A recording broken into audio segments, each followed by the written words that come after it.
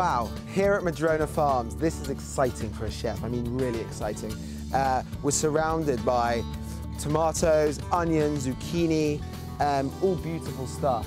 And you know, when food is this fresh and grown just by us, actually you can remove the chef from the equation, because often the simplest things are the best. Italian food is wonderful because God is great and the food is good. French food, however, is wonderful because the chef is great and you do a lot of stuff to it. If we look at this, for example, look at that, isn't that beautiful? These cherry tomatoes. I'll probably be in trouble for ripping off a whole branch, but in the name of great television, there is every shade a tomato could be. From green to yellow to orange to red. Isn't that absolutely beautiful? When you cook that together in a pan, you almost get sweet and sour, because this, unbelievably sweet, I mean that's like a candy, and then this slightly sour.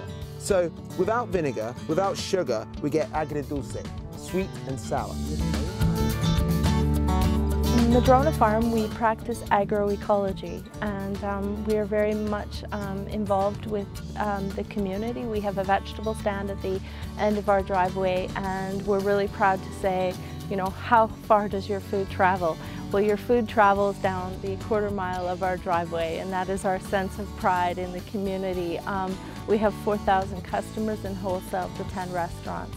We are a protected farm. We're protected by the Land Conservancy of British Columbia. The great thing about being out here in the field, being in the middle of nature, in the middle of a farm, is everything's fresh. And of course, when food's so fresh, we don't really need to do that much to it. Onions. There's quite a few onions here, and these are absolutely wonderful. Let me just step over here without killing myself and just pull some onions out. Look at that. You don't really get food much fresher than that, to be fair. These are onions straight out of the ground. What we're going to do is we're just going to pan fry. We're going to make what's known as a mélange of vegetables.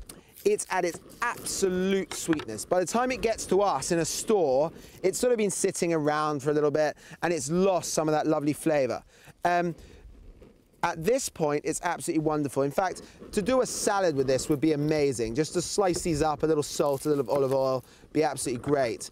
The wonderful thing, of course, of cooking here is we don't have to worry about garbage cans and compost containers and all this kind of stuff. You just throw it on the ground, which I think is rather, will I get in trouble later? I don't know, maybe.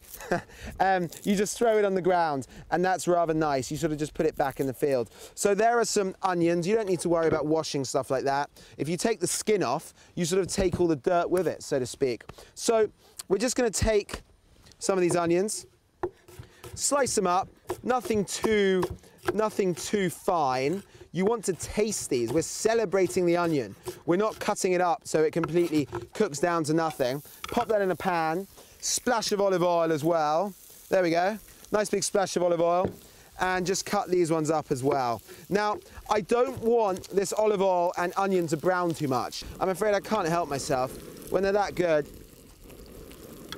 oh, absolutely delicious. If you've never tried an onion straight out of the ground, I really recommend you do. It's a completely different experience to something that's been flown in and sitting around for a long time. It's absolutely beautiful. It's a vegetable in itself.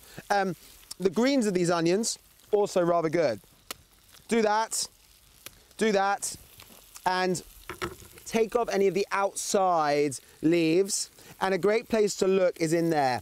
If you're going to get a sort of visitor, you know, a little stowaway, he's going to be right in there, okay? So just have a little look. If there's nothing lurking, hack it up right down to the white bit and pop it in. That's going to be additional flavour. Very good. Bit of salt in your onions. They get sweaty, they get juicy, and that's what we're looking for. That's going to help us trap that lovely sweetness. It's rather windy if you didn't know. The big thing is good salt. We're on Vancouver Island, and it seems absolutely insane to import salt from all over the world. Himalayan pink from India, Murray River red from Australia, Malden salt from England, crazy, fleur de sel from France. We're surrounded by the ocean, we're surrounded by salt, and Andrew Shepherd does a wonderful job in Cobble Hill of making local Vancouver Island salt. Some red tomatoes. We've got a few more red ones here.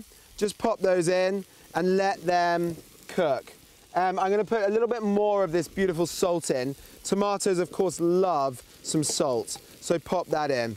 Now we'll put some of the green tomatoes in, which essentially is going to be our sour note, okay? That's going to be in lieu of vinegar that one might use in this kind of a dish. Pop that in and get that cooking down. Give them a little bit of a stab. There we go.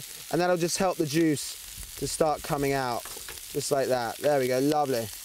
You can hear the sizzle now as the juice of the tomato starts to work. What might we want to do with this? Well, it would be beautiful folded through spaghetti. Very fresh, light, summer sort of lunchtime dish. Delicious on bruschetta. Some stale bread, olive oil, touch of salt, grill it, and serve that on top. Beautiful, hot or cold. Very good with fish. At this time of the year, huge run of sardines at the moment. I would love some grilled sardines with this next to it. You know, oily fish and slightly citrus, sweet and sour style onions and tomatoes. Beautiful to cut through the oil. So many things we can do with this. Hot, cold, or ideally at room temperature. This is almost done. We can turn the fire off. And to finish it off, I'm just going to take something like a potato masher, in this case a glass bottle, and just give it a little bit of a squish. See how those tomatoes are just squishing? You see, this is a cool thing. If you don't have the appropriate tool, find something that works. In that case, olive oil bottle, and that is a little fresh melange of beautiful, beautiful Madrona Farm cherry tomatoes, onions, with a little bit of Vancouver Island sea salt. Enjoy. Chef Survival Challenge is a culinary arts performance. Essentially, chefs come here and they express their dedication to local sustainable food by sort of enduring a farm-style obstacle course. They come here, haystack hurdles, climbing wall, they do the irrigation pipe crawl, they do tires, they do the monkey bar, balance beam over mud pit, we have a zip line, and it's pretty treacherous. And then they race around the 27 acres to pick the vegetables they need to create a masterpiece, all on camping gear. So it's minimalistic cooking gear. And you should see what these chefs come up with. It is just shocking how simple and beautiful the food is. Getting ready for the Chef Survival Challenge coming up in September, and we're all very excited. So we're doing a little mock-up today, and we're going to be making a little composed salad for you today. We have harvested some beautiful lettuces and some fresh onions, some beautiful squash blossoms, and some tomatoes, and down here this beautiful little lemon cucumber that has just come into season. So first thing we're gonna start, I want to cook this. This is a heartier gooseneck squash. Not really great for salads, but I'm gonna throw that right on the barbecue and get that cooking. At the Chef Survival Challenge, we don't have a lot of time, so we gotta get things rolling early. And we're all pretty tired after the big run. Take some of this beautiful lettuce I just picked. I'm gonna start by putting that right on the plate. And then under here, I found one of these red onions that I just picked as well. And it couldn't get much better than that. So the Island Chef Survival Challenge should be a lot of fun. I know I had a ton of fun last year. The music was just phenomenal. The music I thought was just great. And everybody seemed to have such a fun day for the families involved. There were quite a few kids that came along. And everyone had a riotous time. And I'm going to saute up this beautiful little green zucchini as well with it. They're so fresh. They're just glistening with vibrancy and taste. And I've been a long-time supporter of Madrona Farms, and the produce never disappoints. It's always phenomenal. Just makes you feel alive inside when you eat it. Gooseneck squash is just gently roasting away over here. These lemon cucumbers are delicious. They actually do have a slight lemony flavor to them, and they just add so much eye appeal. Everybody always asks questions about where they're produce comes from and who's producing it and how far it travels, all those questions that are so pertinent to the local food movement.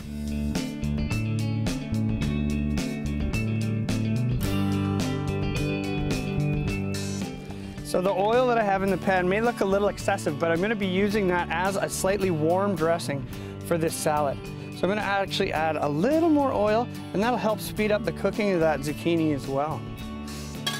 Now these beautiful squash blossoms I'm going to add at the last minute.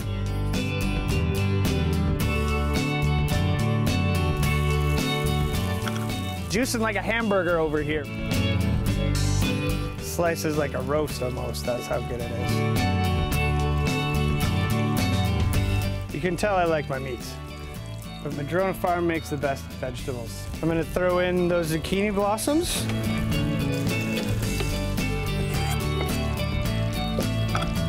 Going to deglaze this pan with a little bit of Bragg seasoning.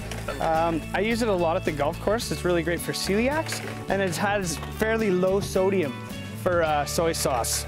I'm just going to put that out just like that. We can garnish it with a few little allium flowers that'll add to the onion flavor and just make it a little more eye-appealing. You make my food taste so good.